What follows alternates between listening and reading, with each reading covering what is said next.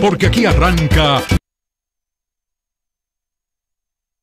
por las noticias, los deportes, la política, la farándula, la cultura y todos los temas que ocupan la atención diaria de los dominicanos y del mundo. Con ustedes, la paradita de las 12, un detergente para la mente. Acompáñennos. La paradita de las 12, qué buena esta paradita, la paradita de las 12, qué buena esta paradita.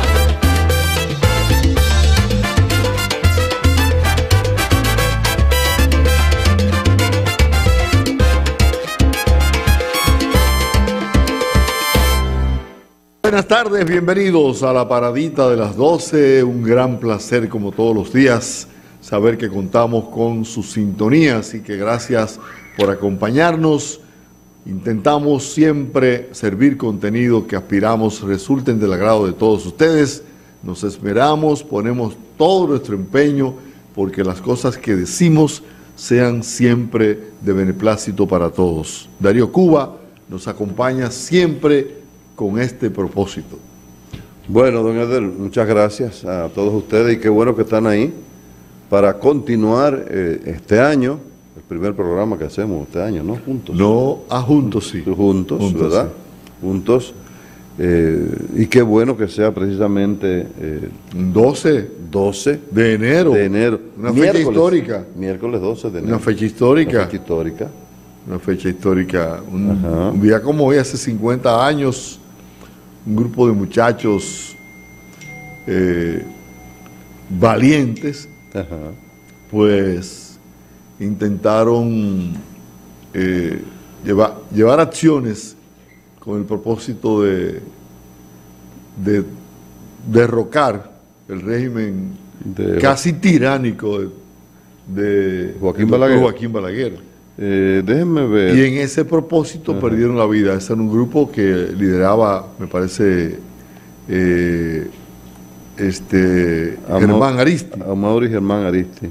Germán Aristi, que era el líder de ese grupo. Déjenme a ver si, por favor, podemos colocar algo que estas nuevas generaciones no tienen idea que existe y que se hizo. ¿Del grupo Los Palmeros? Sí. ¿Algo? Sí, un video. Un video, sí. Ok. Un video para que ustedes conozcan a Amaury Germán Aristi y cómo pensaba esa generación y por qué actuaban de esa forma y esas actuaciones, si se correspondían con el hecho histórico, obvio, perdió la vida Germán en esa época, ahí en la Santo Domingo Este. En Santo Domingo Este, en una cueva. Entonces, pero yo debo agregar algo. Tito Olivo, que participó en esa época de esa contienda. ¿Pertenecía al grupo Los Palmeros? Es que ahí que va el tema. Grupo se lo denomina Palmero porque los grupos eran de donde procedían, que le ponían el nombre, pero ellos estaban debajo de una palma casi siempre, se reunían. Sí.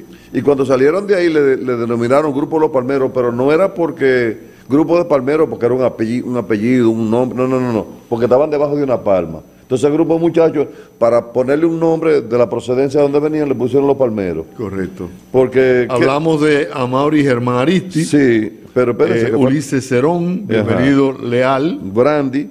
Y Virgilio Perdomo. Ajá. Entonces, ¿qué pasa? Fidel le decía, el problema es que ustedes tienen que hacer la revolución de República Dominicana, porque lo que pasa es que ellos querían hacer la revolución cubana en República Dominicana. Ellos le decían, no, es que la revolución cubana la hizo Fidel. Usted no puede hacer la revolución cubana en República Dominicana. Y se lo decían a Camaño, inclusive. Y se lo llegaron a decir a Camaño, que no podía hacer la revolución cubana en República Dominicana, porque primero las condiciones, el tipo de personas, pues ellos decían, pero si Fidel Castro con 12 hombres derrocó el régimen que había allá bueno, era un régimen de dictadura y pusieron otro régimen de dictadura. Ese es el análisis de ahora, porque antes no se consideraba que Fidel era una dictadura cuando inició, no se considera como tal. No llegó de esa manera. No, no, claro que no. Ese no era como el calificativo que tenía. Porque es que había una comparación, según me dice Tito Olivo, injusta. Porque es que Fidel Castro, por ejemplo, doctor en leyes, un hombre educado, de mucho nivel, entonces Camaño sí tenía una cualidad cual, que era guapo, y era un hombre de arrojo y descaro, pero que no tenía el nivel de preparación, el nivel de educación, el nivel que tenía Fidel Castro. En consecuencia, de ninguna manera podía hacer la revolución, porque cuando Camaño dice, no, nosotros tenemos 40 hombres y Fidel lo que tenía era 12, entonces, ¿qué le dijo Tito y le dijeron los otros? El problema es que Fidel es Cuba y aquí estamos República Dominicana. Y en Cuba en ese momento había una dictadura. Efectivamente. Aquí no. Aquí no. Correcto. De todas maneras, vamos a ver para que las nuevas generaciones puedan ver esto. Y disculpen que iniciemos, porque yo quiero como un aspecto histórico, vamos a ver esto. En la actualidad en nuestro país existe instalada una dictadura que es la más pro-yanqui, servil, lacaya y anticomunista de América Latina. El carácter represivo de este gobierno se mide por todas las actitudes políticas, económicas y de carácter social que ha desarrollado y la política que ha implantado desde el mismo día en que tomaron el poder. Todas las huelgas de masa, todas las conquistas económicas, todos los sindicatos, todas las organizaciones políticas y sindicales han sentido con crudeza los golpes que han sido aplicados por esta dictadura con los mismos métodos del trujillismo. El periodo que se vive en Santo Domingo en la actualidad por parte de las fuerzas de la revolución y de las fuerzas del pueblo es de preparación para la lucha revolucionaria armada.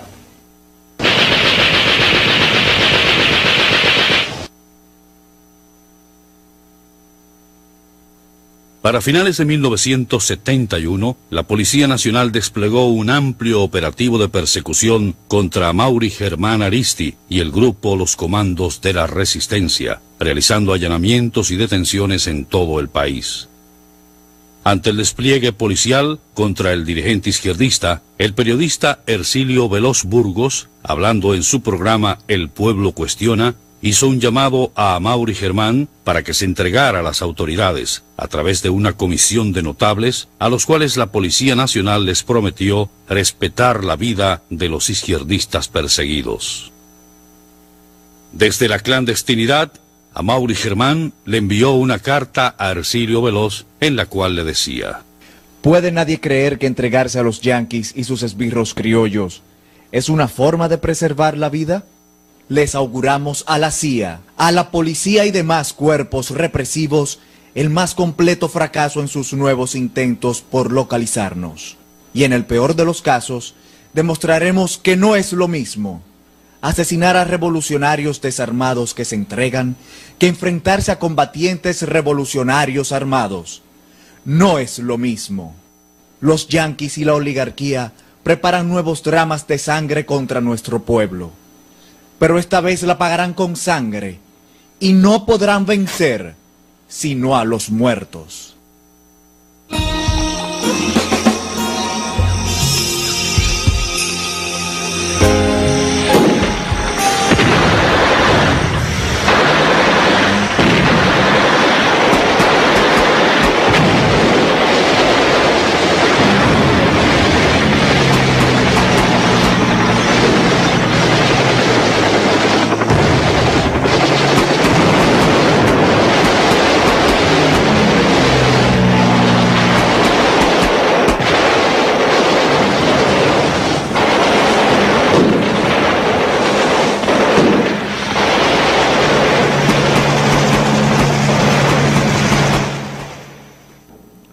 Dale aquí conmigo.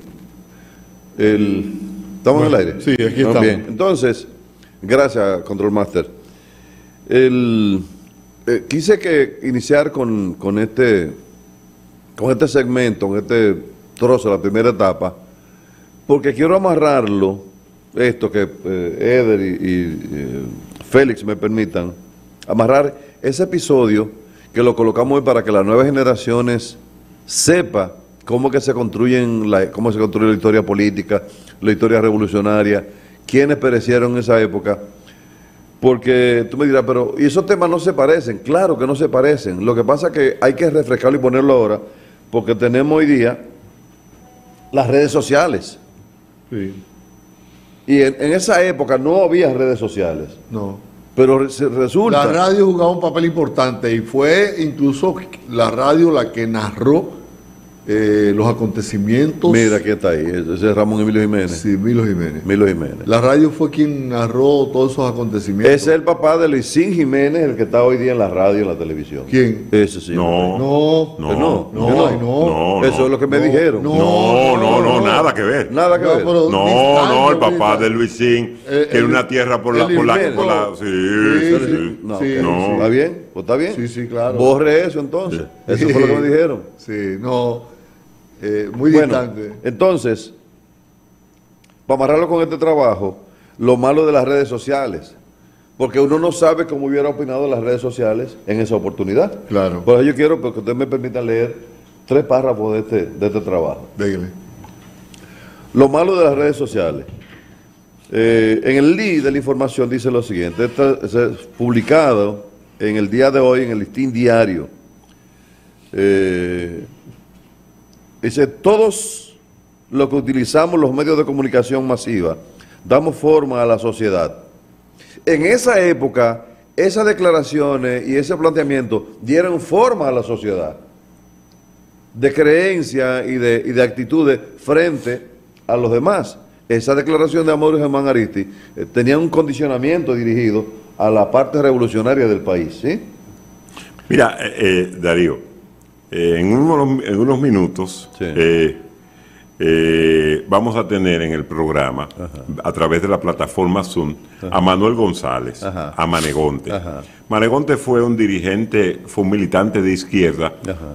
es un agrónomo sumamente reputado, pero más que todo es un historiador y tiene temas sumamente interesantes sobre los palmeros, el testamento de Amaury, desmiente cualquier relación o de hacía cuánto tiempo Amaury y el grupo de los palmeros no tenían relación con Camaño, hacía más de un año, ningún contacto telefónico. O sea, él quiere desmitificar muchísimas de las cosas que se han hecho. También hace un reconocimiento a los caídos del otro lado, porque la gente solo habla de los caídos de los palmeros, pero no habla de Hubo víctimas de ambos lados. Claro que sí. Así es. Entonces, Lo que siempre sorprendió a la población y sigue siendo una cosa inexplicable que 4 muchachos tuvieran que, no sé si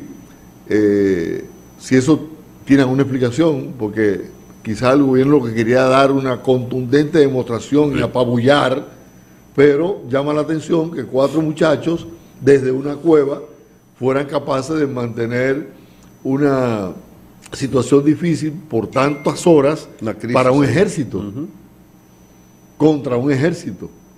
Eso siempre ya ha llamado la atención. Claro, y la leyenda crece más. Quizás el lugar donde estaban, yo no sé si tú sabes, ya está en el aire. No, todavía. Yo no sé si tú sabes que esa tierra era del doctor Jacín.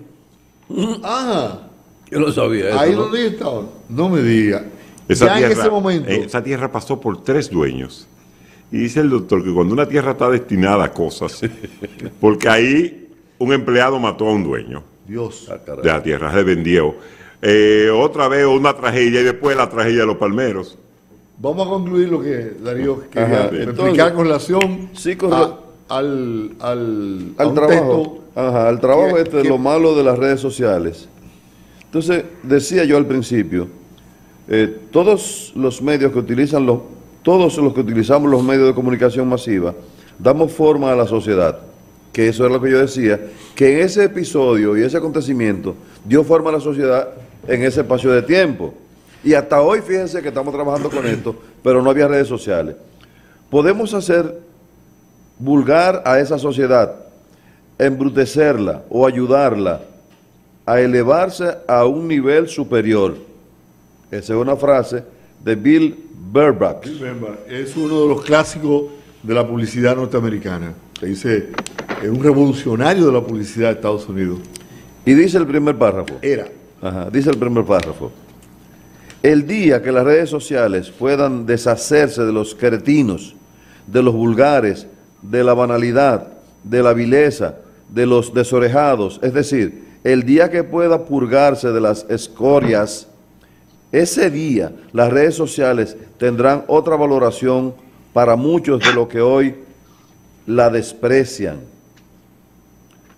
Dice el segundo párrafo, para que ustedes lo busquen en el Listín Diario, y yo lo voy a trabajar mañana en extenso. Dice el segundo, porque ese día no tendrá mayor visualización la miseria humana y la filantropía. En las redes sociales todo es posible, desde la vida perfecta hasta el insulto más soez, desde el altruismo más ejemplarizante hasta la bajeza más perversa, de los actos más nobles hasta la peor ruinidad. Señores, esos párrafos fueron concebidos con el alma, fueron concebidos y escritos. Es un trabajo presentado por el señor Eder Cordero, que mañana yo lo voy a trabajar completo por lo importante y la importancia de este trabajo. Mira, nosotros tenemos al buen amigo Manuel González, conocido como Manegonte. Manegonte, la gente lo ha escuchado en muchísimos programas, sobre todo en el programa El Sol de la Mañana, exactamente a las 6:15, más o menos es la sesión de Manegonte. Yo tengo el privilegio de escucharlo, porque a esa hora yo estoy llegando al canal. O sea, yo soy de los madrugadores que escucho a Manegonte, pero antes de eso, Manegonte estuvo durante un tiempo en la revista y produciendo junto al doctor Jacín y Enriquillo Rivas la revista agropecuaria. Manegonte es un agrónomo reputado, pero antes que agrónomo, antes que él iba a estudiar a la Unión de República Socialista Soviética, Manuel González fue y ha sido y fue durante muchos años militante del Partido Comunista de la República Dominicana. Y de una manera u otra ha estado ligado a los acontecimientos que han ocurrido en República Dominicana en los últimos 50 años. O sea, yo no sé cuántos años tiene Manuel González, pero tiene suficiente para haber estado como observador en muchísimos actos o hechos importantes de la sociedad dominicana. Manegonte, buenas tardes y bienvenido a la paradita de las 12. Sí, buenas tardes, Félix. Primero vamos aclarando, Partido Comunista Dominicano, PCD, porque el Partido Comunista de la República Dominicana era otra cosa, era el Pacorero. Okay, ay, Dios. Tengo que hacer el aclarando porque esa confusión, Manegonte, con esa confusión murió Pablo Neruda. Pues cuando Pablo Neruda venía a República Dominicana, el Pacorero hizo una manifestación en la UAS y él entendía que era el Partido Comunista Dominicano que había hecho una manifestación en contra de su presentación en el país, porque entonces fue acusado de revisionista. Y él murió con eso. Así mismo fue, así. Y ha habido tanto antagonismo en la izquierda que eso es perfectamente posible. Bienvenido, señor, ¿cómo estás? Sí, buenos días, amigos. Félix de Sena, amigos de la paradita. Eder Cordero y Darío Cuba. Sí, Darío Pantaleón, que está también en el portal. Sí, era recordando, en el día de hoy se recuerda el 50 aniversario de la acción en la autopista de las Américas. Por eso ha sido bautizado como el día de la resistencia heroica, ¿ya? Donde cayeron 4 integrantes de una organización que se llamaba Comandos de la Resistencia. Quiero aclarar, porque hoy se hablaba mucha pendejada, Palmero, no, ellos se llamaban Palmero en Cuba, pero esa organización tenía un nombre en la República Dominicana. se llamaban Comandos de la Resistencia, que dirigía a Amaury Germán Aristi, ¿ya? En ese momento. Ese grupo inicialmente, te hablo del año 1967 hasta el año 70, final del 70, ni siquiera hasta principios del 71, era la cabeza de playa que tenía el coronel Francisco Alberto Camaño Deñó en la República Dominicana para combatir al régimen de Balaguer. Al momento de los sucesos, esa organización y el coronel Camaño no tenían absolutamente ningún tipo de relación.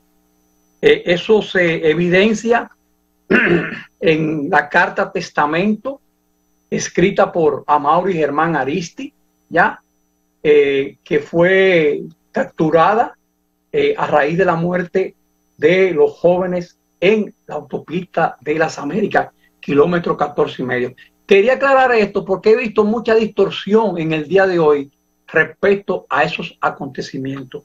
También quiero señalar que no solamente murieron 4 revolucionarios, 4 ejemplos de la juventud en ese momento, sino también murieron miembros de la fuerza represiva, de la fuerza del orden público, de la policía y del Ejército Nacional. Falleció un capitán, murió al inicio de los combates, el capitán Virgilio Almanzar, padre del joven aquel que estaba en el asunto de los derechos humanos en nuestro país, el teniente José Brito y 6 cabos y rasos de la Policía Nacional. Fue un combate muy desigual, se inició en horas de la madrugada y terminó a eso de las 4 de la tarde con la participación de más, según de fuentes y según el mismo Brian Bosch en el libro Balaguer y los militares dominicanos, participaron más de 2.000 efectivos de las Fuerzas Armadas en el cerco y aniquilamiento de este grupo ese día hace 50 años.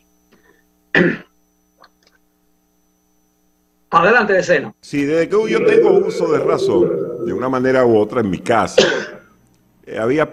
mi hermana siempre estuvo cerca de los movimientos y yo escuchaba en conversaciones que los muchachos escuchan que ese grupo, el Comando de la Resistencia o los Palmeros como nosotros, como yo me había criado escuchándolo, como más se conocen, era una avanzada de lo que posteriormente iba a ocurrir en Caracoles.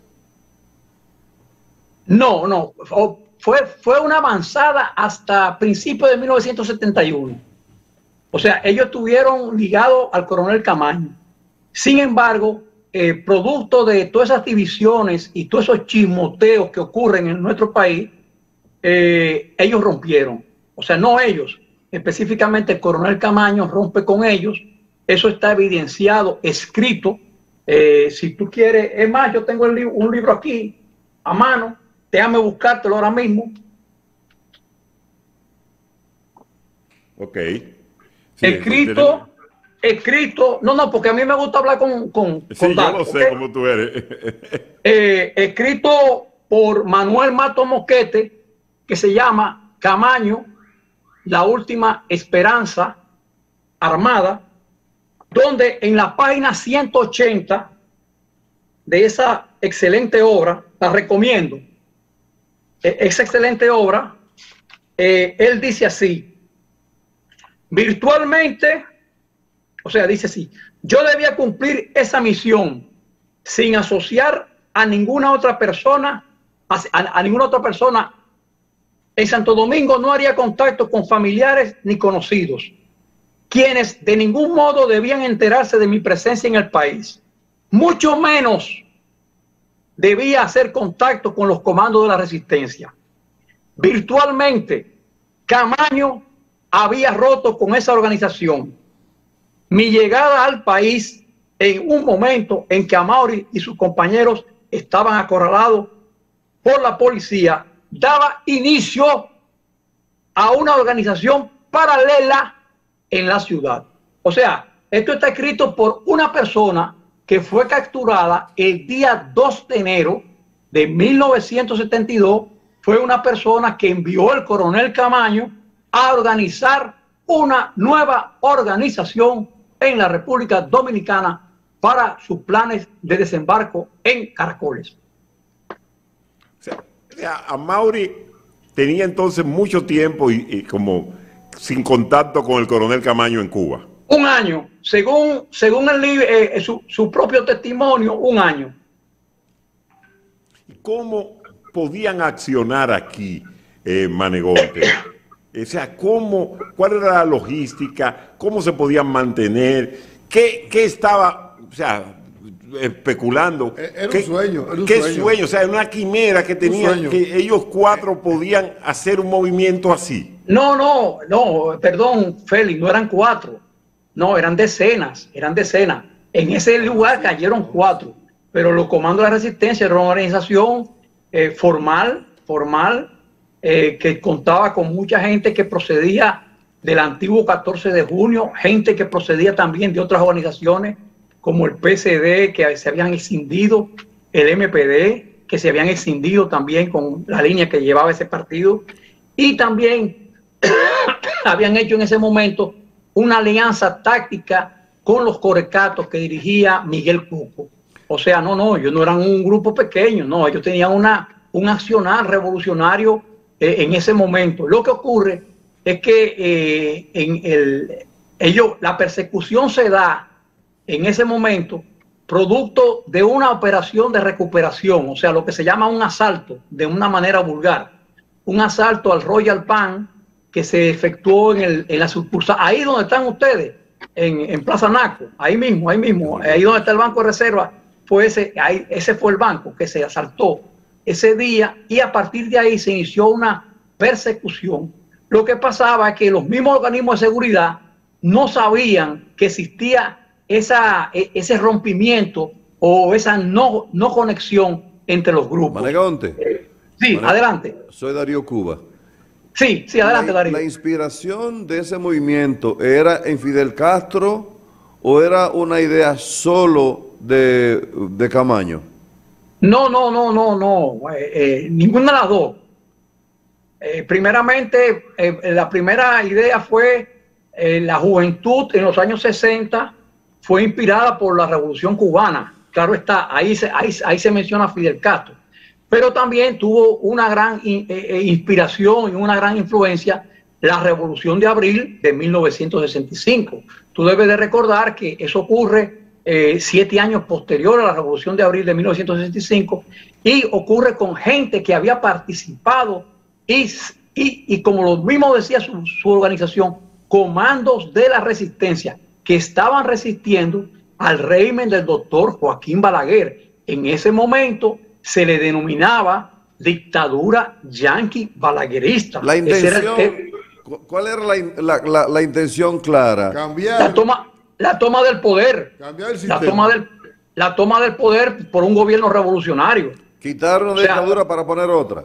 No, óyeme, perdón, vamos a respetarnos. Sí. No, está bien.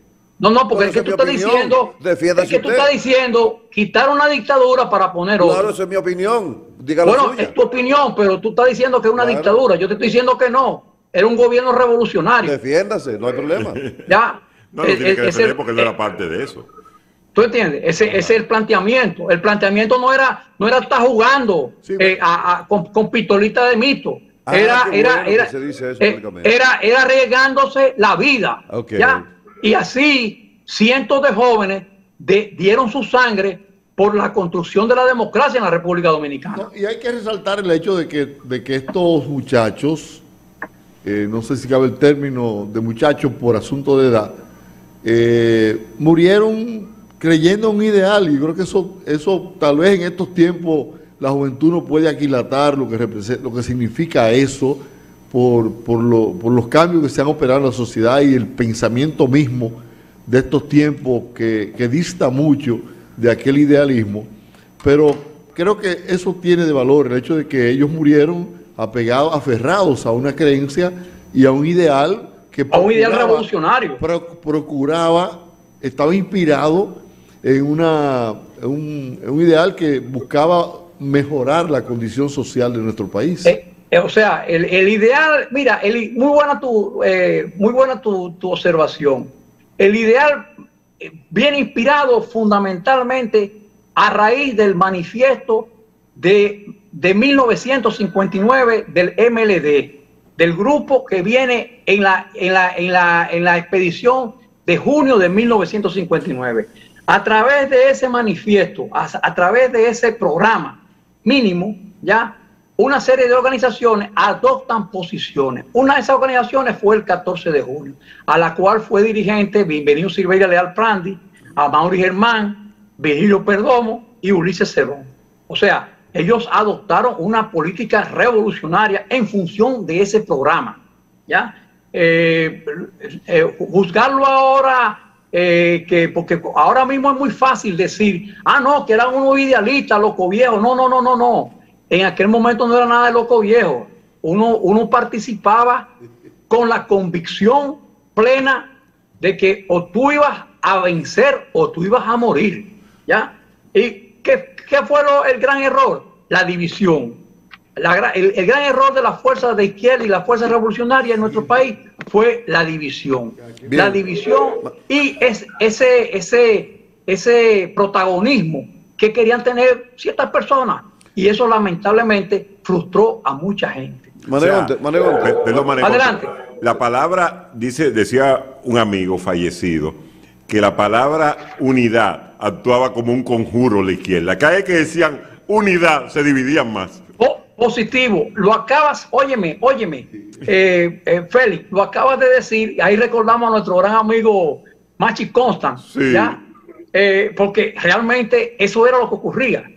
Lamentablemente, eso es una gran enseñanza que tiene el pueblo dominicano y esa juventud. Porque te voy a decir una cosa, ese sacrificio de esos jóvenes no fue en vano. O sea, si aquí tenemos una democracia en la República Dominicana, fue producto de esa sangre que fue derramada, ¿ya?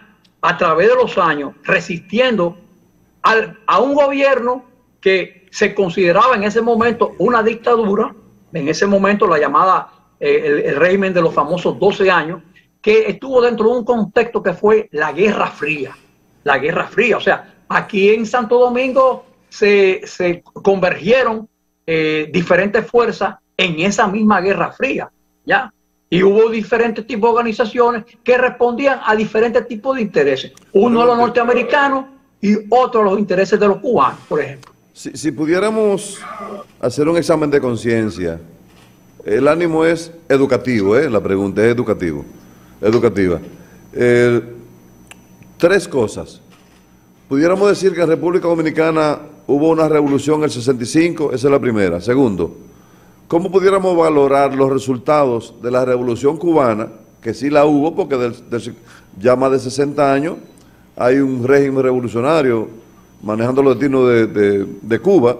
¿Y cómo valorar entonces la revolución que se viene llevando a cabo en Venezuela? Como educativa para las nuevas generaciones. ¿Cómo pudiéramos valorarla? Son tres cosas diferentes. Okay. La primera, abril no fue una revolución. Abril fue un aborto.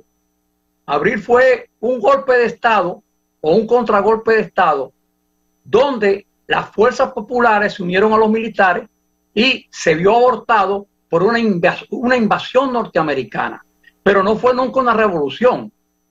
Fue un conflicto que se circunscribió fundamentalmente a la ciudad de Santo Domingo. O sea, eso es lo primero. O sea, revolución no fue.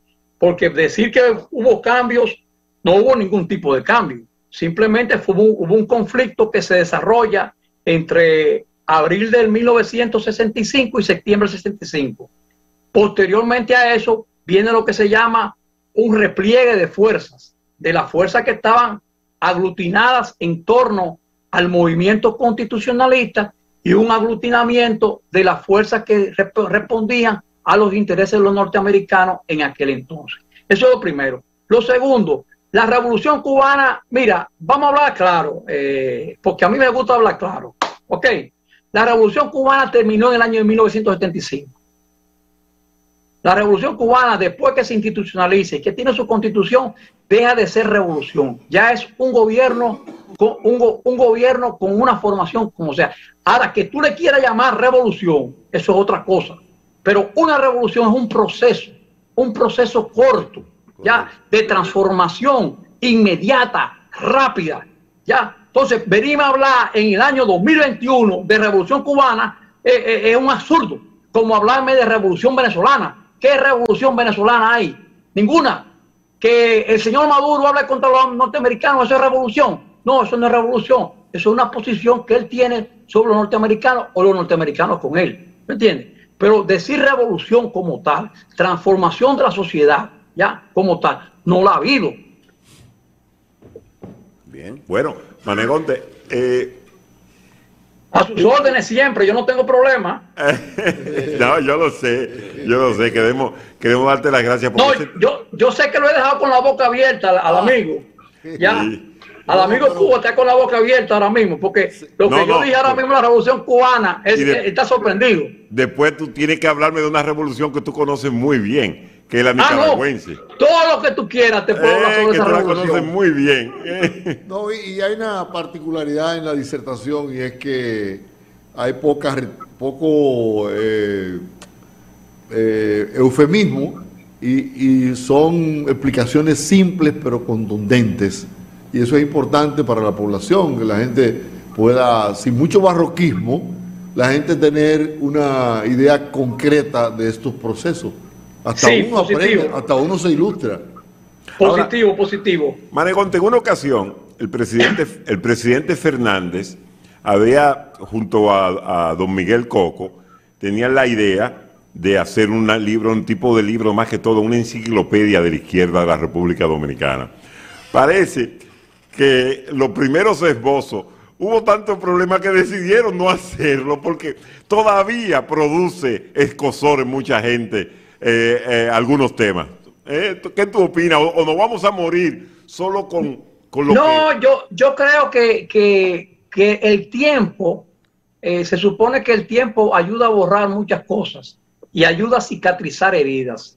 Lamentablemente en la República Dominicana, las heridas que se abrieron en abril del 65, lamentablemente todavía no se han cerrado. ¿Cómo es posible que en nuestro país se rinda homenaje, haya dos monumentos idénticos, iguales, a los caídos en el 65? Uno escondido en el Ministerio de Defensa y otro frente al Parque Independencia. Cuando los que cayeron en la revolución, en eso que se le llama revolución, o en la gesta patriótica del 65, fueron todos dominicanos, hermanos dominicanos. Por eso, no sé si tú te diste cuenta, Félix, que esta mañana cuando yo hablaba sobre el tema, yo dije, no solamente murieron los 4 de los comandos de resistencia, también murieron hombres del servicio de seguridad. Y a esa gente tiene también familia, esa gente tiene hijos, tiene padres, tiene hermanos que perdieron a sus familiares, independientemente de que estén cumpliendo con su deber o no, que estén en una labor de represión o sí o no, pero fueron caídos. Entonces, esos son parte de las enseñanzas que tiene que tener el pueblo dominicano, ya, de esa desunión y de esas heridas que le fueron aceptadas a través de ese artero golpe de Estado del 25 de septiembre de 1963. En ánimo del espíritu de la palabra división, que a mí me genera mucha inquietud, porque los políticos en los últimos años han utilizado intervenir los partidos grandes para dividirlos, para tener ganancia de causa. Sin embargo, me gustaría saber, en ánimo de educativo nada más, el caso de la separación del Che y Fidel después que ganó la revolución, ¿fue un consenso del Che irse hacia la montaña o fue que se dividieron? Se fue al Congo. Muy buena tu pregunta.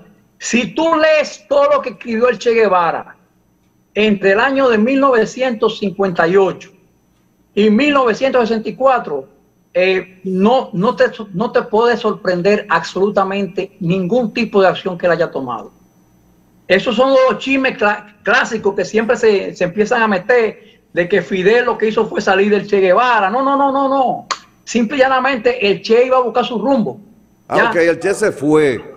No, el Che, óyeme, el Che, para que tú tengas entendido, él preparó esa guerrilla de Bolivia, que fue en el 67, él la preparó en el 63 con un periodista famoso. Búscalo, te recomiendo que lo busques, Massetti, apunta el nombre, agarra papel y lápiz, Massetti, y busca Massetti guerrilla argentina, Tucumán.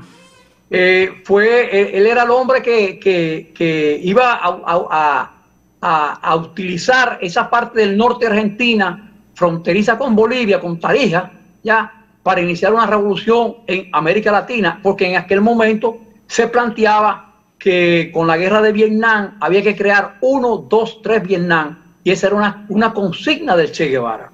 O sea, yo decir ahí sería especular que fue un problema entre Fidel y... No. El Che Guevara tenía su personalidad, su personalidad y su lustre, ya, su brillo propio. Entonces, el Che Guevara se va a Cuba, concluye ese proceso y entonces se va a Bolivia para continuar el otro proceso. Ahora primero se va al Congo. Se va al Congo y después a Cuba. Sí, pero después del Congo. Antes de eso, la geopolítica. Pero antes de eso, los cubanos, dirigidos por el Che Guevara, enviaron tropas a Argelia. Argelia. Donde Bin Bella. Donde Bin Bella y Say. Sí, donde estuvo los hermanos Almejeira. Ya, Efigenia Almejeira estuvo ahí. Y era una política internacionalista, porque en aquel momento eso era lo que había. Ya, era una guerra, la Guerra Fría tenía conflictos calientes en algunas regiones. Ya, entonces por eso la consigna del Che era muy clara, que él la dijo. Ese discurso está en la Organización Latinoamericana de Solidaridad de 1967, cuyo vicepresidente fue Amaury Germán Aristi en ese entonces. Pero tú dices la tricontinental. No, la tricontinental fue el 66. Antes la tricontinental. Fue el 66, tricontinental, y después vino Olas. Ya, la tricontinental, ya la consigna de crear 1, 2, 3 Vietnam realmente es en la 67. Porque una de las conclusiones de la tricontinental fue, después del éxito de lo de Argelia, fue, Manegonte, el usar un poco el terror como método de conseguir la libertad. Primero venían con lo de los Mau Mau, venían con lo del Congo y venían con lo de Argelia. No, es que en ese momento, muy buena tu aclaración, Félix. Mira, en aquel momento, en los principios de los 60, había un auge de los llamados movimientos de liberación nacional. Movimientos de liberación nacional que buscaban primeramente la descolonización de África.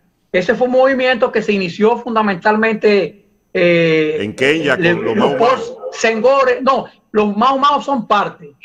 O sea, Kenia es una cosa que era contra el imperialismo inglés, estuvo en Nigeria, estuvo en Ghana y estuvo en Senegal.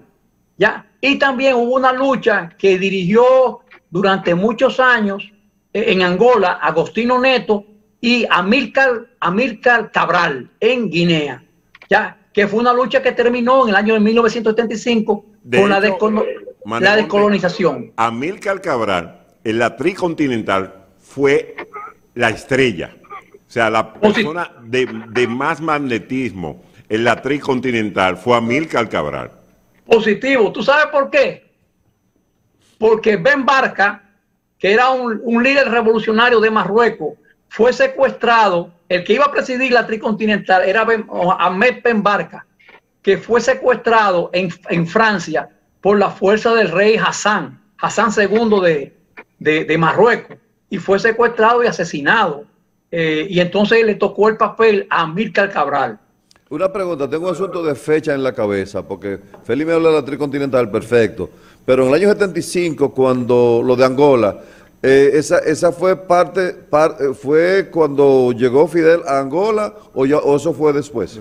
No, eso fue otra cosa. O sea, ya eso no tiene nada que ver con esa tricontinental ni con la ola. No tiene que ver nada. Ya eso tiene que ver con un juego más pesado. Sí. Ok, un juego más pesado que fue ya el enfrentamiento directo de ejércitos. Sí. Esos enfrentamientos se inician en 1975 realmente en Angola, con la participación de un contingente internacionalista de tropas cubanas que fueron a Angola a ayudar a los angolanos, simple y llanamente. O sea, así como los americanos iban a ayudar a los vietnamitas, ya, así los cubanos iban a ayudar a los angolanos contra las fuerzas portuguesas y contra el régimen del apartheid. Porque hay que decir algo, si aquí se habla de Nelson Mandela y se habla de la lucha por la liberación contra el apartheid en Sudáfrica, hay que hablar claramente el gran papel, el notable papel que jugó en ese momento la Revolución Cubana, o sea, Cuba. Claramente, se enfrentaron ejércitos directamente se enfrentaron ejércitos directamente en Angola, como ocurrió también en Etiopía en el año de 1978. Y en el Cuerno de África también los cubanos llegaron. El Cuerno de África, ahí es que digo Etiopía, el Cuerno de África. Sí. Que esa fue la primera yihad. Óyeme, muy bueno que tú hayas dicho eso ahora mismo. La primera yihad que organizó Arabia Saudita contra la fuerza socialismo fue en el Cuerno de África. Y fueron derrotados por las tropas cubanas dirigidas por el general Arnaldo Ochoa Sánchez. Quería aclararlo porque siempre lo han querido olvidar ese señor. Ese señor es un héroe, independientemente de lo que tú quieras decirle.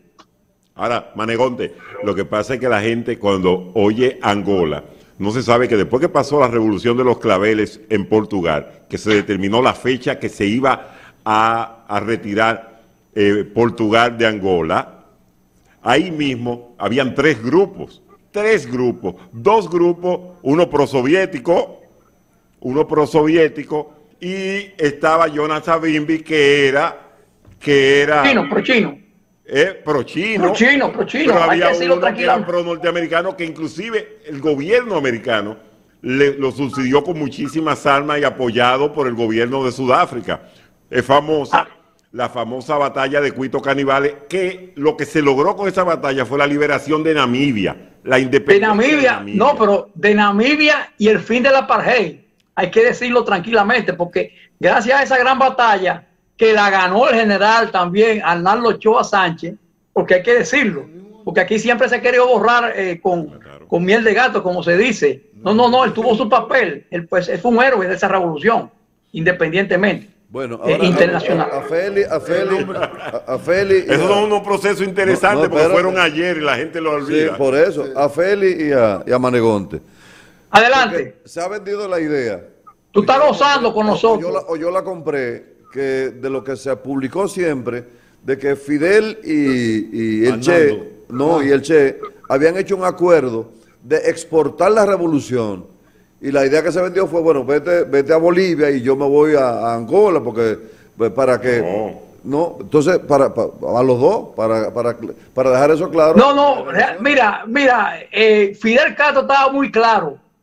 O sea, a Fidel, por su personalidad, a él lo que le interesaba era Cuba, más nada, única y exclusivamente. Y claro está, resaltar en el plano internacional. El Che tenía otra idea y era seguir haciendo la revolución. O sea, lo que se llama la revolución permanente, que eso no es del Che, eso viene de la época de Trotsky. Oh, pues mira, óyeme, Decena, está bien tú en teoría marxista. Eso viene de la época de Trotsky, con la revolución permanente. Estuve mal orientado cuando niño. Parece. Déjeme decirle que yo estoy sorprendido por los vastos conocimientos que exhibe Félix sobre estos procesos políticos revolucionarios que se han dado en Latinoamérica y el mundo. Así lo que pasa es que el periodo de la historia, de verdad, que más me interesa, Manegonte, a mí, es la Guerra Fría. La Guerra Fría, o sea, ese periodo que va desde la victoria de los bolcheviques hasta la caída del muro de Berlín, es un periodo demasiado interesante en la historia. Tantas cosas que pasaron de ambos lados, que no se pueden borrar y están ahí. Yo pienso que nos toca dejar abierta la invitación para que el señor Manegonte en cualquier otra oportunidad venga a disertar tan inteligentemente sobre estos procesos políticos y a nutrirnos, porque ciertamente hemos sido aquí, digamos, estudiantes, pacientes, escuchando al doctor de Manigonte hablando sobre estos temas que en estos tiempos brillan por su ausencia en los medios de comunicación. Así que muchas gracias, Onegonte, esperamos tenerle en otra oportunidad. Valoramos mucho su tiempo, su conocimiento y sobre todo la precisión de su disertación. Gracias. Y me excusan si fui un poquito duro. No, tranquilo. No, tranquilo, al contrario. Edificación lo que necesitamos. Bueno, un abrazo. Gracias. Un abrazo. Bendiciones. Gracias por el tiempo. Gracias, amén. Bye, bye. Mira, Tito Olivo, yo prometí, o la próxima vuelta, para que él no... Vamos a hacer una paradita. Está bien. Ya nos pasamos hace rato. Ah, perfecto, dale. Regresamos en breve, no se muevan.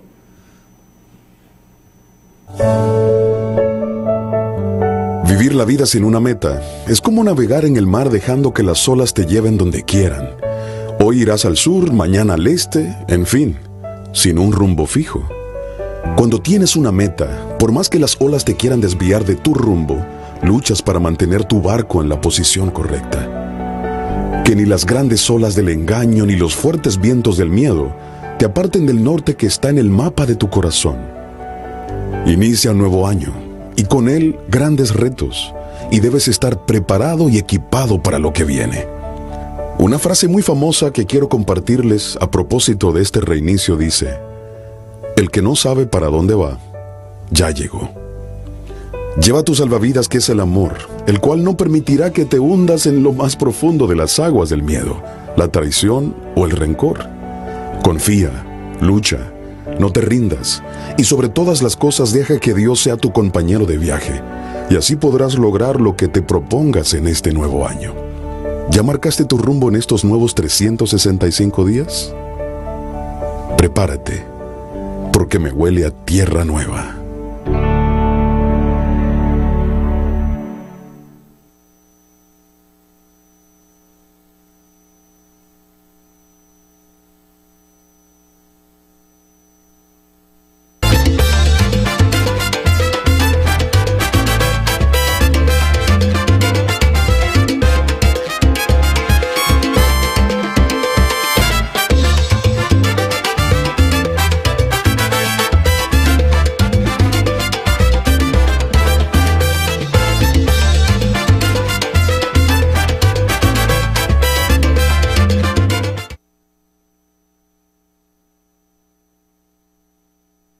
Estamos de regreso, la paradita de las 12, hoy 12 de enero, una fecha importante en el discurrir político de nuestro país. Ya hemos recorrido una parte de ese proceso. Darío Cuba tiene otro invitado que también nos va a tocar algunos temas similares. Tito, buenas tardes. Aló, Tito. Sí. Tito Olivo, que está con nosotros. Aquí en la planta está Félix de Sena, Eder Cordero, nuestro coordinador, y tu amigo quien te habla. Es para que nos hable un poco y conversar con nosotros con relación a todo esto de la Fuerza de la Resistencia, los palmeros, Peterson Peter, como todo este tinglado que se presentó en esa época, hoy 12 de enero, para que las nuevas generaciones pues puedan enterarse de cómo se ha construido nuestra historia en términos de esas luchas revolucionarias que se produjeron en esa oportunidad. Buenas tardes y gracias por aceptar nuestra llamada. Buenas tardes y gracias a ustedes. Todo está en el marco del triunfo de la Revolución Cubana en el año 1959, cuando Fidel, con 12 hombres mal equipados, venció un ejército de más de 50.000 hombres con fuerza aérea, marina de guerra, tanques y cañones. Para todos en el continente americano, los de pensamiento de izquierda, creíamos que podíamos tomar el cielo por asalto. Y esto también tiene su incidencia en la Revolución de Abril del año 1965. Toda esa situación que se viene dando acrisolan lo que va a suceder en el 12 de enero de 1972. A finales del 67, principio del 1968, el 14 de junio envía a Cuba un grupo de compañeros, creo 9 o 10 compañeros, a entrenarse en la lucha armada revolucionaria de movimiento, o guerra de guerrilla, como se le llama, que es una guerra de movimiento para después con el tiempo pasar a lo que se va a conocer como una guerra de posición y movimiento. Esos compañeros también se manda del 14 de junio un grupo a China a entrenarse. El 14 decide asumir una posición pro-China y los compañeros que estaban en Cuba pues deciden adoptar la lucha guevarista de guerra de guerrilla. Conjuntamente, como se va dando esa situación en el 14 de julio, se va dando en otras organizaciones. Ahí está el Partido Revolucionario Social Cristiano, el Machete Verde, donde hay un fuerte enfrentamiento entre el ala de izquierda del socialcristianismo con la derecha del Partido Social Cristiano. Esto hace que ese grupo se vaya, dirigido por Miguel Cojo, donde está Miguel, Max y un grupo, y forman el Movimiento de Liberación Nacional de los Comités Revolucionarios Camilo Torres.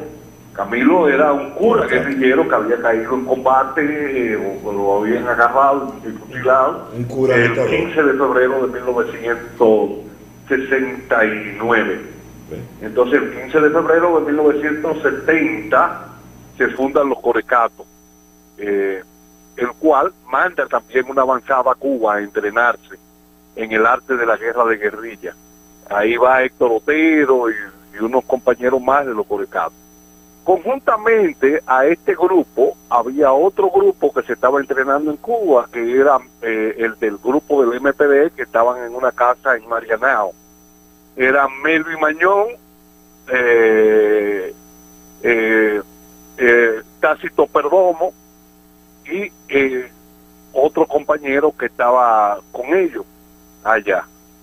Esto se mantenía en forma compartimentada para no pasar informaciones de un lado a otro. Los compañeros cuando están allá rompen con el 14 de junio al hacerse pro-chino y deciden articularse a la guerrilla de Camaño. O sea, como todavía no se tenía nombre, que después va a ser Comando de la Resistencia, los cubanos comenzaron a llamar los palmeros a ese primer grupo. Ese primer grupo estaban los 4 compañeros que caen en la cueva, estaba uno Manuel, que le decía Gordino, era un que cantaba como tenor, y había un compañero de Baní que estaba con ellos allá entrenándose. Y Confesor Tavares Villa, compañero de los comandos y los Corecatos, que murió recientemente y que se fugó de Puerto Rico, de una cárcel de Puerto Rico, donde había sido condenado a una larga pena de prisión, cuando él y Wellington Arcanio Peterson, padre de un compañero que después va a caer en combate, ese capitán, Virgilio Almanza, el padre de Virgilio Almanza, que era miembro de los Corecatos también, localizan a César Félix saliendo de Santo Domingo por el puente Duarte. Y cuando lo agarran, el capitán Virgilio Almanza y el Chacal lo agarran y él lo investigan, y él dice que él era un comerciante de San Pedro de Macorís, que llevaba una carga, había comprado pues muchos alimentos no perecederos. Entonces Chacal que era Mocho Enrique, le da señas que se vaya y llaman al peaje a un emergencia del servicio secreto de la policía para que avisara cuando pasara por ahí. No pasó y entonces realizaron todo esto y por la mañana para ya ir recibiendo a Miguel Coco, que era el comandante Guillermo, que iba a ir a buscarlo, se mueven hacia allá La Yuta y Ulises Cerón Polanco. Ahí viene el primer enfrentamiento donde ellos caen. Y después viene el enfrentamiento con Amaury, que dura, 15 horas ese enfrentamiento, desde la mañana hasta en la tardecita, y donde hubo que traer un avión U-2 de la Fuerza Aérea de Estados Unidos para poder ubicar. Se hablaba de un comando de 500 hombres, se hablaba de muchísimas cosas, pero en la realidad eran 4 hombres que estaban ahí y que iban a ser movidos ese día. Bueno, Tito, gracias. Realmente muy edificante tu planteamiento y bastante completa, un marco de referencia muy interesante. Te agradecemos profundamente que hayas aceptado a darnos esa explicación, una charla completa. Porque muchas veces la gente confunde Comando de la Resistencia como una organización. Palmero como una organización. Y Palmero fueron los que se entrenaron, los que quedaron, los permanentes. Sí. Gracias, hermano. El 14 de julio. Muchas gracias. Ok, gracias a ustedes. Bye bye. Bueno, vamos a hacer una paradita del regreso. Vamos a conversar con Ezequiel Molina. Toquemos temas de economía con Ezequiel, que siempre nos ilustra en tal sentido. Así que no se muevan.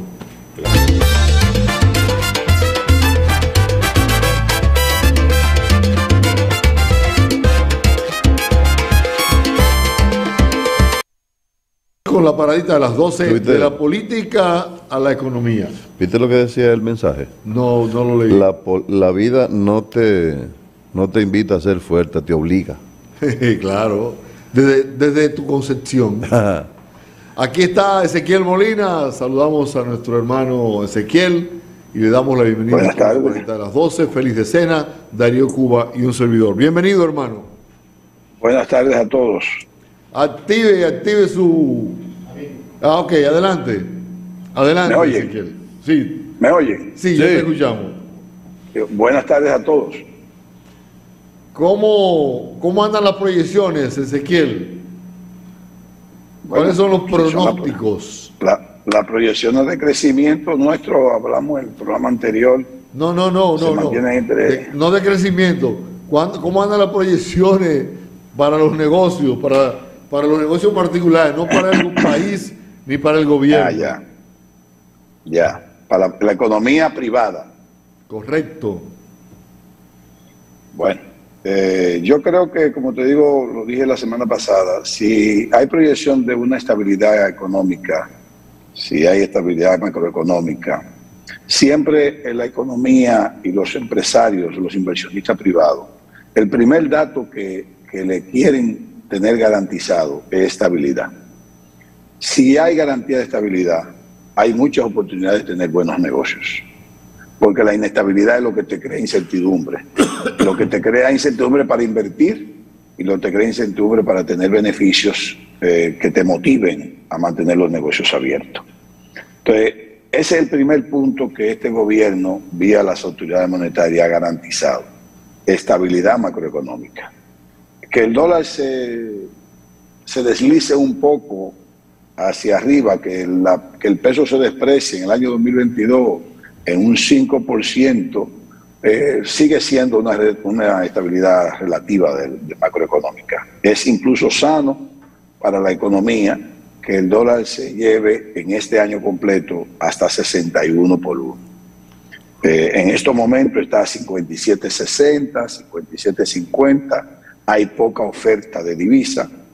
El gobierno tiene algo interesante, que es que tiene 13.000 millones de dólares en reserva. Cerró el año con algo más de 13.000 millones de dólares, suficiente para casi 7 meses de importación eso garantiza, no es que el gobierno va a salir de su dinero, pero eso garantiza que en cualquier momento que sea necesario, tienen capacidad para hacer inyecciones de divisa y así la tasa no se desliza hacia arriba de manera repentina o de manera no deseada.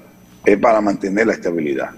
Si eso está así, bueno, pues el primer paso, te reitero, es de Cuba y Félix, de que presenta buenos augurios el año 2022 en materia macroeconómica. En la otra parte, sí.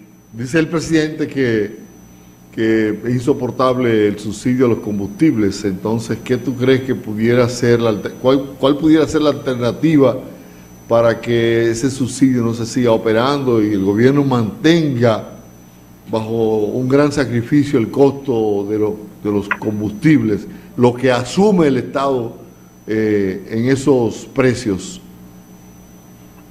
Mira, o el Estado tenía que hacer una reforma fiscal, o sencillamente los subsidios lo va a ir disminuyendo o casi eliminando. Nada más no es el asunto del combustible que van a seguir subiendo, es el asunto de la energía eléctrica. Ya de hecho anunciaron el primer aumento y ya lo hubo. Ya la tarifa, las facturas están aumentando. La de eléctrica. Cada 3 meses van a hacer aumento de la energía eléctrica, del costo por kilo. El del combustible, hasta ahora mismo todavía tengo entendido que hay un subsidio de alrededor de 15 a 20 pesos por galón, hasta el último dato que tuve. En la última semana subió 4 pesos la gasolina premium y 3 pesos la gasolina no premium. También subió el gasoil y subió un poco el gas GLP. Van a seguir aumentando, definitivamente van a seguir aumentando. No sé hasta dónde el gobierno puede aguantar en lo que se llama la parte social, la presión social que le llegará cuando tenga 20 pesos más el galón del combustible con relación al que está ahora. La capacidad que tendría el gobierno para poder aguantar un subsidio o aguantar presión social. La población tendrá que entenderlo. Lo que pasa es que una cosa es entenderlo y otra cosa es soportarlo, otra cosa es poder cubrirlo. O sea, yo lo puedo entender, pero lo que yo no puedo es, no tengo el dinero para aguantar ese aumento. O sea, no es lo mismo que a mí me cueste ahora el galón 280 y que mañana me cueste 300, porque es 300 por galón. Si yo consumo 100 galones diarios, me va a subir exactamente, si mi cálculo no me fallan, 4,000 pesos más. Creo que por ahí anda. Entonces, eso es un gran problema para el presupuesto de cualquier clase media, media baja. Tal vez rico no tiene ningún problema. Tal vez rico no tiene ningún problema, pero igual le da en la madre. Y sobre todo en las empresas, que los costos le aumentan mucho, mucho. Recordemos que el que tiene vehículo no lo va a aguantar, pero el que no tiene vehículo, que agarra transporte público, también va a sufrir un aumento, porque los sindicatos y los choferes no van a aguantar ese aumento yo solo. Y en estos momentos el transporte es el promedio de un 30 a un 35% del salario. Imagínate tú que tengan que aumentarlo más y que podría llegar al 50%, que para tú llegar a tu trabajo solamente se te va el 50% de tu salario en transporte. Por lo tanto, sí. El problema del combustible es que cuando lo subsidian, están subsidiando eso a los pobres y a los ricos. Sí, eso yo lo sé. Deberían ser más focalizados para que se subsidien aquellas cosas que son de la incumbencia de los pobres. Pero es casi imposible. O no se subsidia ninguno y se hacen bonos focalizados. Por ejemplo, a los sindicatos, para que no lo aumenten el transporte público, darle un subsidio, y a la clase media-baja, que tiene un vehículo, cosa no se sabe cómo puede llegar, tal vez algunas empresas micro, darle alguna gracia. O sea, habrá que buscar la forma, pero la población en general no puede aguantar. El gobierno no aguanta el subsidio y la población completa no aguanta el aumento. Hay que ser creativo. Hay que ser creativo para eso. Hay que ser creativo. La gente no aguanta un aumento del transporte público. Hay mucha gente que no aguanta un aumento del combustible de su carrito. Es un gran dilema, es un gran dilema. Y el gobierno no aguanta el subsidio. ¿Por qué? Porque no hizo la reforma fiscal, porque políticamente le salía muy caro. Y no vamos a tener reforma fiscal hasta el año 2025. Pero pareciera que tuviéramos como un callejón sin salida prima facie, ¿no? De tu explicación, porque además tenemos a la vuelta de la esquina una campaña política que exige recursos necesariamente, pero también tenemos, bueno, hasta ahora ha habido producción para el consumo ahí en el supermercado, pero resulta que los precios en el supermercado también han subido, de manera pues que, caramba, oriéntanos un poquito más amplio en este sentido. Mira, la explicación yo te la daría más política que económica, lamentablemente. Lamentablemente Cuba te la tengo que dar más política. Recuérdense que yo vengo diciendo desde principio del año pasado, o creo que de final del antepasado, yo vengo diciendo, el gobierno tendrá que jugársela y poner la reforma fiscal. Explicar que no necesariamente una reforma fiscal es aumentar los impuestos, pero sí mejorar el sistema fiscal. Un sistema fiscal donde tú puedes ser lo más progresivo, donde puedes quitar impuestos que son distorsionantes, que son regresivos y distorsionantes. Hay otro que tú puedes ver cómo hacer los subsidios y cómo tú recuperas más ingresos sin que eso se vea como mayoría de impuestos. Lo que pasa es que la propuesta que puso el gobierno no fue para mí poco creativa, muy poco creativa. De hecho, no siquiera vio la propuesta del Centro Regional Centro Regional de Estrategias Económicas Sostenibles, el CRES, que hizo una buena propuesta, aunque no necesariamente que llevase 100% de ella, pero hizo muy buena propuesta. Entonces, lamentablemente no quiso jugársela el gobierno, no quiso jugársela porque la política y la economía a veces chocan mucho. Como no se la quiso jugar, viene para mí, cayó en el callejón sin salida que tú acabas de decir, porque como yo no puedo aguantar subsidios eléctricos ni de combustible, pero no hice los ajustes fiscales, ahora no voy a tener dinero para aguantar y la población no va a tener capacidad para soportar los aumentos de la energía eléctrica y del combustible. En cuanto a los alimentos, recuérdate que también tiene el otro problema el gobierno, que tiene un factor exógeno y un factor endógeno. El factor endógeno es que lamentablemente, por más que puedan decirnos, no hubo una gran planificación desde el año pasado para producción alimenticia. Ellos dicen que sí. Yo lo escucho, lo veo, pero no lo estoy, o sea, lo escucho y lo leo, pero no lo estoy viendo. Yo lo único que veo es que el plátano, el agricultor no quiere sembrar ni arroz, ni plátano, ni habichuela, ni nada porque no tiene margen. Entonces, si la estrategia es que si no siembro, importo, entonces eso es una mala decisión. La producción tiene un elemento exógeno de aumento de materia prima y de fertilizante, incluso no solamente precios, sino que hay escasez. Por lo tanto, no hubo una gran planificación en ese sentido. No lo hubo, no lo he visto. Si es así, que me disculpen, me gustaría verlo porque es para el bien de mi país, para el bien de todos nosotros. Pero creo que ahí hubo una falla. Entonces, no hay garantía de buena producción. No se prevé que haya mejor producción agropecuaria en el año 22 que en el año 21 y no se vio en el año 21 con relación al año 20. Entonces, si vemos eso, aunque los números que nos dicen que están mejorando, no lo veo. Yo no lo veo. Entonces, no veo en esa parte tan buen panorama. Lo único que en la parte económica hay estabilidad macroeconómica. Va a haber inflación. También dijimos eso en programas anteriores.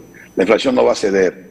La inflación se va a mantener entre 6, 7 y ojalá que 5 porque las autoridades monetarias dicen que la van a garantizar. Vamos a ver si el precio del petróleo, si el precio de la materia prima y de los commodities nos ayudan a que lo que hagamos aquí para poder mantener una inflación en 5 nos ayudan a mantenerla, porque lo que se prevé es que no nos van a ayudar los factores exógenos. Al contrario, nos van a desayudar. Hay algunos temas en el CRES, entre los cuales está el pacto eléctrico. El presidente decía esta mañana que los temas del CRES no se ha resuelto nada, pero que sí han avanzado. El CES. El CES. Consejo Económico y Social.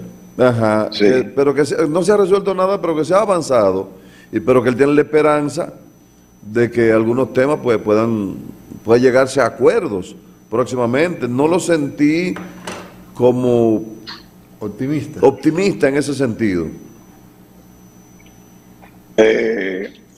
Bueno, yo creo que él fue sincero. No se ha resuelto nada, pero se ha avanzado. Él fue sincero. Yo no sé cómo es que hemos avanzado, pero no se ha resuelto nada, lo dijo él. Exacto. En el CES lo que ha habido algunas cosas que han resultado buenas, pero en el CES lo que hemos visto en su historia es que ahí confluyen muchos intereses particulares y de sectores, muchos intereses. Y ahí hay una lucha de eso, de intereses particulares y sectoriales. Por eso es muy difícil lograr consenso en el CES. Y yo una vez dije, cuando estaba el gobierno anterior instalado, y creo que a principios de a los gobernantes los eligen para que tomen decisiones. Para que tomen decisiones. Usted puede buscar consenso en la clase política, en la clase empresarial, y puede también buscar en cualquier otro sector y clases, pero al final las decisiones las toma el gobernante. El gobernante. Y déjeme decirle, yo así como digo una cosa digo la otra. Este gobierno no tiene mala nota. Este gobierno tiene notas buenas. Pudiera tener las mejores, pero tiene buenas notas. Este es un país con pandemia, es un país muy difícil de gobernar, muy difícil de gobernar. El presidente Abinader tiene muy buenas intenciones y ha tenido muy buenas decisiones y muy buenas realizaciones en el poco tiempo. Pero hay cosas que son muy críticas para la vida nacional y para el futuro, que muchas veces no logran el consenso. No logran el consenso deseado, pero hay que tomar decisiones. Esa de la caiga quien caiga, ¿verdad, Ezequiel? Caiga quien caiga. Afétese quien se afecte, pero que sea que la mayoría se beneficie. Claro. Los gobernantes gobiernan para la mayoría, no para el 100%. Para el beneficio de la mayoría. De la mayoría, no. Cuando digo mayoría, no estamos hablando de clase social ni de clase económica. Es de la mayoría. O sea, muchas veces, la mayoría implica beneficiar a los inversionistas, porque los inversionistas crean empleo, crean riqueza y también crean impuestos. Ajá. Entonces, otras veces hay que pensar en el de abajo. Hay que pensar en el de abajo porque no tiene las oportunidades deseadas y hay que darle tiempo a que el país se desarrolle. Ahí viene el desarrollo de Cuba, el que dijo Cuba la semana pasada, para que pueda independizarse de ese paternalismo estatal, pero todavía no se puede. Entonces hay que darle tiempo a todo. Entonces hay que hacer un equilibrio. Por eso, muchas veces buscamos consenso, buscamos esto, pero los gobernantes gobiernan para la mayoría. Para la mayoría. Y hay que tomar decisiones y hay que jugársela. Ahora, yo no soy presidente. Tal vez muy fácil desde aquí, desde mi oficina, vía Zoom, en este programa, opinar. Es muy chulo. Pero vaya, hemos visto ya muchas cosas. Ahora, Ezequiel, los combustibles que provocan fuego, son completamente inflacionarios, porque si tú le quitas el subsidio y dejas que el precio le llegue al público, al precio que debiera llegar, no hay manera de que las calles, porque es que le llega todo, eso es como la sangre. Eso es como la sangre, te va a irrigar el cuerpo entero. Ahora, el combustible afecta a todo. Ahora Ezequiel ha dicho que con un poco de ingenio y creatividad, tal vez se pudiera eliminar el subsidio tratando de compensar a los sectores más pobres para que la carga sobre sea... todo el transporte colectivo, vamos a ver que subsidiarlo obligado. Exactamente. Hay que subsidiarlo, el transporte colectivo, porque es el que afecta a la mayoría. El transporte colectivo, bueno. Es que hay un problema. Es el que afecta a la clase carenciada. Es que hay un problema y es que tú dices, ok, vamos a subsidiar a los pobres. Vamos a subsidiar con otro aumento del bono gas o como le quieran poner. Vamos a hacer una tarjetita para que se monte en el transporte colectivo gratis y en el metro gratis. Magnífico. ¿Y qué hacemos con una clase media de millones de personas en República Dominicana que no van a tener, o esa pequeña empresa que van a tener que pagar más la energía eléctrica, o sea, un pequeño salón, o sea, es un lío, ¿eh? Sí, es un lío. Por eso es que a veces, muchas veces dice, no, que se quiten los subsidios. Los organismos internacionales como el FMI, Banco Mundial, lo primero que buscan es que se eliminen los subsidios porque realmente crean muchas distorsiones. Distorsiones en quién se beneficia y quién se debe de beneficiar. Entonces, pero sucede que una cosa es lo que tú escribes en un análisis económico de planificación y de desarrollo, y otra cosa es cómo tú gobiernas un pueblo. ¿Y qué clase y qué nivel educativo tiene ese pueblo? ¿Y qué nivel adquisitivo y posibilidades de que el Estado te cubra cosas que son obligatorias de que debió cubrirte y no te cubre, como una buena educación, un buen sistema de salud? Como esas cosas no te las cubre el Estado dominicano, ni siquiera el agua potable te la da, aparte de que la cobra muy barata al que le llega. O sea, todo eso te crea un problema para tú quitar subsidio. Es un asunto que hay que cogerlo, señores, desde la raíz. Nosotros hemos dejado que se distorsionen muchas cosas por la política. Y eso comenzó desde cuando Trujillo, por poner un límite hacia el pasado. Desde cuando Trujillo comenzaron a regalar la energía. Balaguer la regalaba, después le daba apagones. Recuerdo que para Balaguer aumentar los precios de combustible era un sabio, la escaseaba primero. Y como él veía que conseguía información de que la gente pagaba con cola 10 pesos cuando estaba 2, él dice, pues pongan la 9. Pues pongan la 9. Y ya entonces la gente decía, bueno, si voy a pagar el 9 y va a aparecer, yo la pago. Pero eso son estrategias de gobernabilidad. Ya eso no se puede ahora. No es la misma estrategia.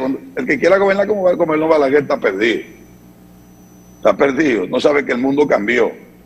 Ahora tenemos unas redes sociales que te tumban gobierno. Sí, y hay otros que te lo ponen. Y hay otros que te ponen gobierno. Sí, si no hablas con la primavera árabe, para que tú veas. Sí, ahí tenemos Bukele y tenemos a Boric, que fue presidente de redes sociales. Una cosa increíble. Sí. Esos son inducciones, porque están llevando los pueblos como bueyes. Como bueyes. Así es y así ha sido. Molina, como sabemos, a ti te gustan mucho los deportes. No te muevas. Que le vamos a hablar del Licey. No te muevas. Háblame del Licey. Me encanta que hablen del Licey. No te muevas. No, pero Félix te va a decir que el Licey va a ser campeón. No, ya no. Dice Félix que ya no. Así que quédate ahí, mismito, que en breve vamos a hablar de pelota. Yo me quedo. Está bien, una paradita.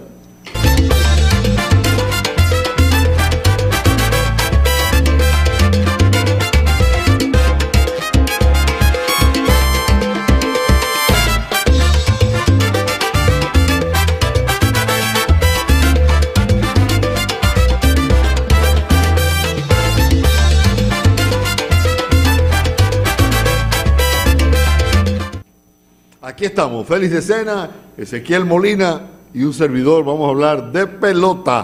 Atención, Molina. 5 partidos restan para finalizar el todos contra todos. Los Tigres del Licey y las Águilas Ibaeñas están en una situación complicada. ¿Por qué? Le quedan 2 juegos entre sí. Eso le da a ustedes la garantía de que uno de los dos no va a la serie final. Uno de los dos no va a ir a la serie final porque entre sí juegan, simple y llanamente, o uno le gana los 2 juegos al otro o dividen, y si dividen los dos, los más que pueden llegar es a 9 triunfos. Ya los Gigantes tienen 9, entonces 3 equipos pueden llegar a 9. Muy difícil que 3 equipos puedan terminar con 9 victorias, porque las estrellas están ahí. Y yo entiendo que los Tigres del Licey en el día de hoy es un juego contra los Gigantes de los que no tienen mañana. O sea, el juego de hoy se define ya todo lo que va a ocurrir. Olvídense que hay que ganar 4 de 5, el de hoy, porque el de hoy le da la 9ª derrota. El de hoy le provoca a un equipo esa situación mental de no embromamos. Sí. Ya nosotros no hacemos nada aquí. Sí, esa actitud que te ocurre. La gente de Ezequiel tienen varios CD que no hacen carrera. Pero un equipo que contrata un tercer catcher en el draft y deja a Jimmy Paredes que batea en esta liga sin contratar, yo todavía no lo puedo entender. A mí tendrá que explicarme el gerente del Licey qué le pasó a su cabeza cuando tomó esa decisión. Es como el gerente que cambió a Jamaico Navarro. Sí. Es como los Tigres dejar libre a Juan Francisco. O sea, cambiar a Juan Francisco por nada. O sea, ellos tienen que hacer algunas explicaciones del porqué de esas cosas. Porque los fanáticos lo están sintiendo. Y te voy a decir la verdad. Del hecho de que aquí en la capital se vaya a celebrar la Serie del Caribe, mueve a preocupación. ¿Por qué? ¿Tú te imaginas la serie final Gigante y Estrella? Que gane las estrellas.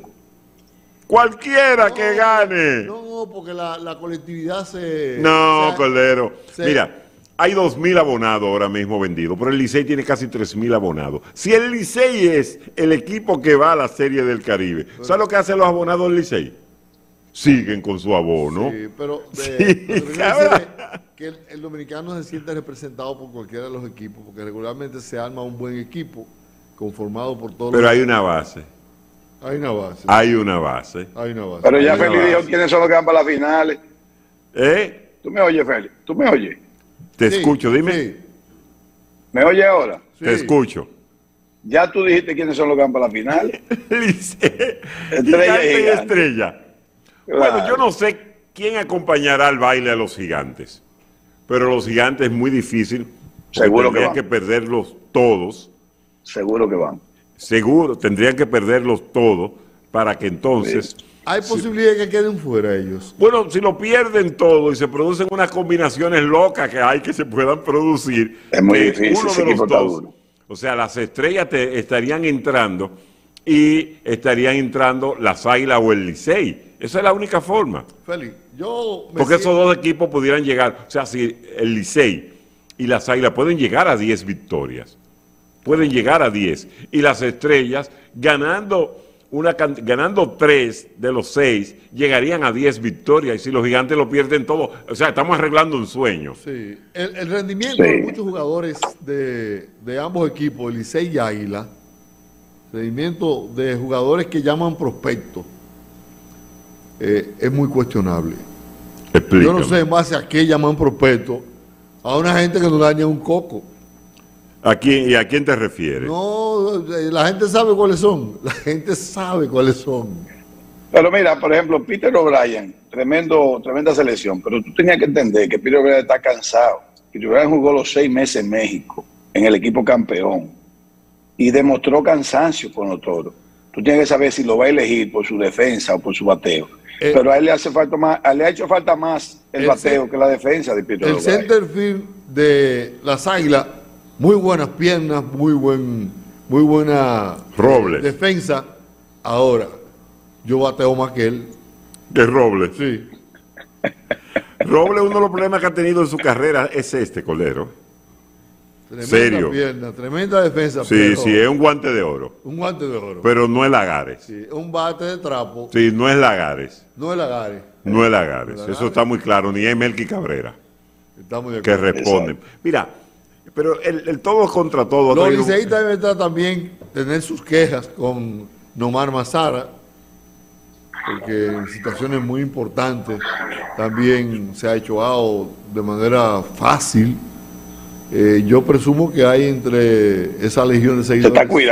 Se está cuidando él con la espalda, se está cuidando de la espalda. Cuidado. Se nota hasta en los swings. Yo lo voy filiando muy bien hacia atrás. Él tiene que batear. Él no tiene forma de jugar pelota si no batea. Debería batear. Sí. Él tiene que lucir, no como, porque uno no puede hablar de que tú luzcas como Hansel Alberto en esta liga, que es un bateador de contacto, o que tú luzcas en esta liga como Marcelo Ozuna, que aunque perdió tantos turnos en Grandes Ligas, se ha demostrado en estos días que va a seguir jugando, y de hecho lo ha manifestado, o sea, voy a jugar con los Gigantes hasta donde lleguen. Si llegan hasta la Serie del Caribe, hasta ahí voy a jugar, porque necesita tomar los turnos que no tomó este año con la suspensión y las lesiones. Pero en el caso de Mazara, siempre nos preguntamos por qué ese muchacho no jugó desde un principio, para que agotara los turnos, para que ese bate llegara en condiciones a esta etapa. Totalmente de acuerdo.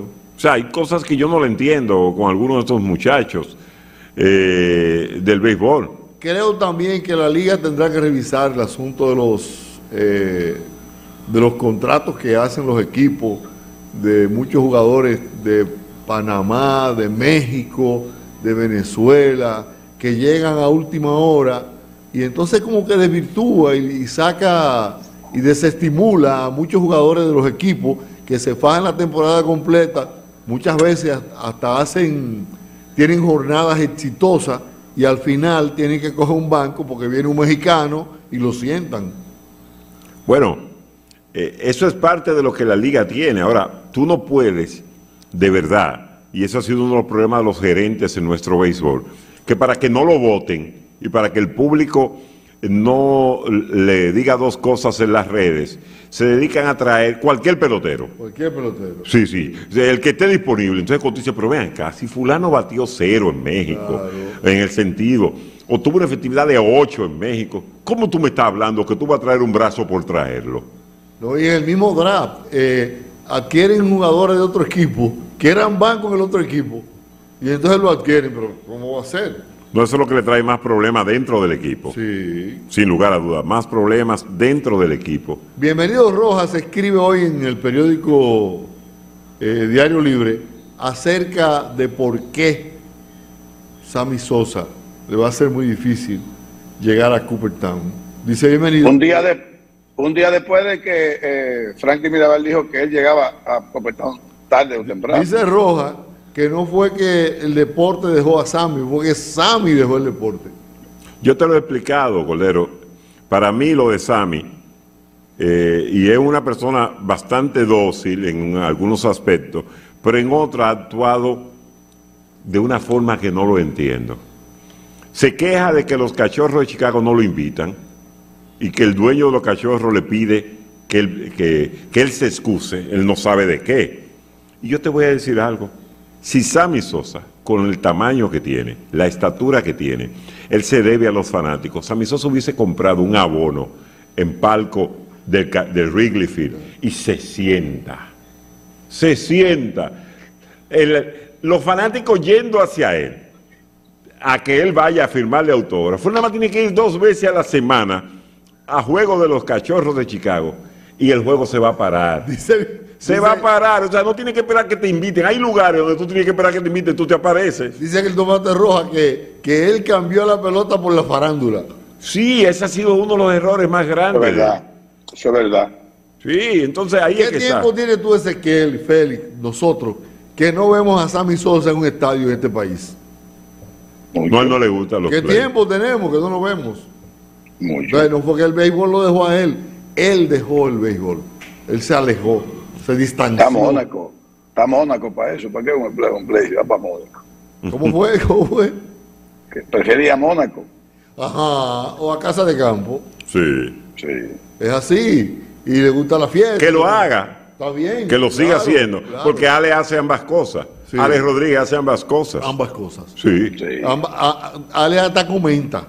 De todo. Alex comenta. Y gana muy bien como comentarista. Claro. Así es. Bueno, señores. Ezequiel, gracias por acompañarnos. Mañana regresamos. Un placer, como siempre, estar contigo y con todos los que nos siguen diariamente. Buenas tardes, buen provecho. Hasta mañana. La paradita de